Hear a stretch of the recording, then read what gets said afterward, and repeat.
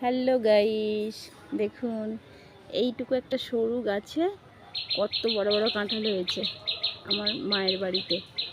তা বাবার লাগানো গাছ নয়, এমনিই হয়েছিল পড়ে পড়ে।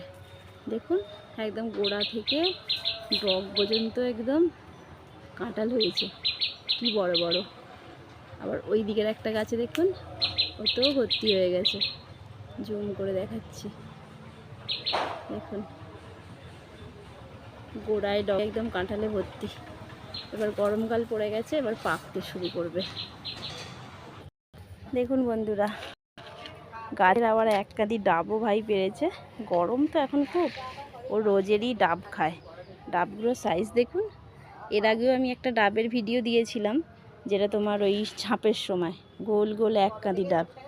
এটাও দেখুন এক কাঁদি বড় বড় ডাব, দেখলেই একদম খেতে ইচ্ছা করবে। কোনো ডাবে দাগ নেই, 1.5 গ্লাস করে জল থাকে এই ডাবগুলো। এটাও আমাদের গাছের, ভাই পেরেছে। বাড়ির পেছন দিকে একটা বাগান আছে, ওইখানের। দেখুন, আপনারা দেখে কমেন্ট করবেন গাছের ডাব আর কাঁঠালগুলো কেমন লাগলো আপনাদের। ঠিক আছে, এরপর আমি আরও অন্য ভিডিওয় অনেক কিছু দেখাবো। এখন টাটা, বাই।